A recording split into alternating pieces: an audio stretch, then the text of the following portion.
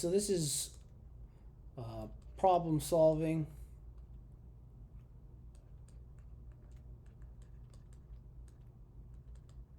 Function notation.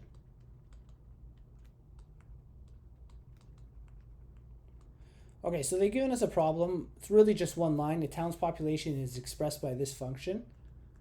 Ooh, that's a terrible line. Let's try that again. There we go, a little nicer. This function is a little harder. Maybe not a function we're used to using. Is a quartic function. So we may not know intuitively what this graph looks like. So we'll just kind of go with the algebraic representation, so just the numbers and variables, and we'll see if we can solve everything without having to worry too much about graphing something like this. Where population is P, okay, so we know that's P, and T is time in years. Okay, so determine the town's population after 10. That works out really nicely. The original function P at T is equal to 6 T to the power of 4 minus 5 T to the power of 3 plus 200 times T plus, looks like 12,000. Put a little comma in there for us. What they're asking is P at 10. So simple enough. We've gone through this a few times. We're just going to substitute the value of 10 anywhere we see the variable t. Then we're going to carry out BEDMAS, dealing with exponents, multiplication, addition, until we can hopefully work this to just one numeric value, one number in the end. 10 to the power of 4, 10,000, I think. 1, 2, 3, 4, yeah. Minus 5 times 1,000 plus 200. Well, we'll actually do the equation there. 10 times 200 is 2,000 plus 12,000.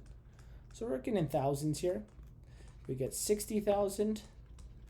6 times 10,000 minus 5,000 plus 2,000 plus 12,000. And other than this subtraction, everything else is addition here. So I'm going to add it up really quick. That'll become 1474 minus 5, 69,000, it looks like, is our population after 10 years.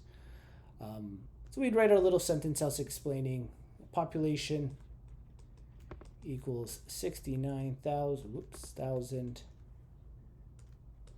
after 10 years.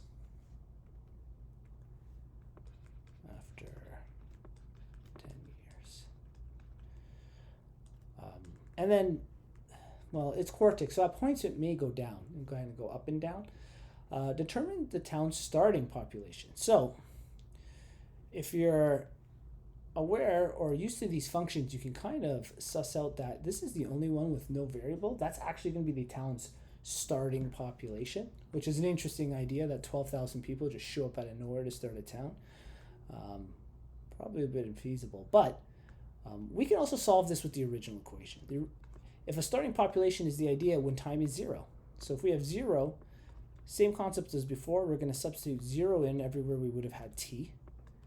So we get 5 times 0 to the power of 3 plus 200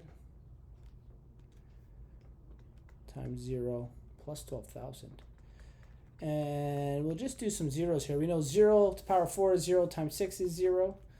Same concept there, 0, 0, 12,000, and just like we said before, the population of at the beginning for this town would have been 12,000 people.